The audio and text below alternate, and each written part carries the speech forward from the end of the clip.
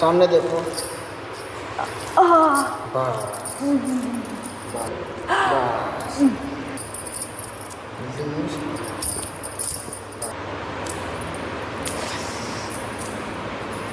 यही तो सुनना रहता था। हाँ। हैं?